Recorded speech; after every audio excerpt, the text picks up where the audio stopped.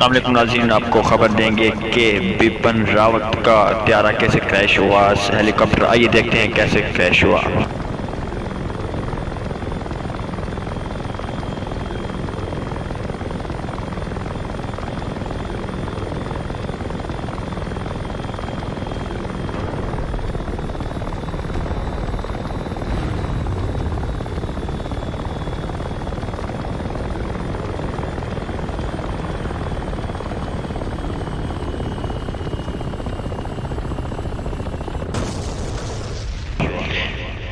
आइए आप देख सकते हैं कि अब त्यारा क्रैश हो गया है। हेलीकॉप्टर क्रैश होने के बाद उनकी बाकियात जो है वो उठाई जा रही हैं और आप इसको मुलाहिज़ा फरमाएं वीडियो को।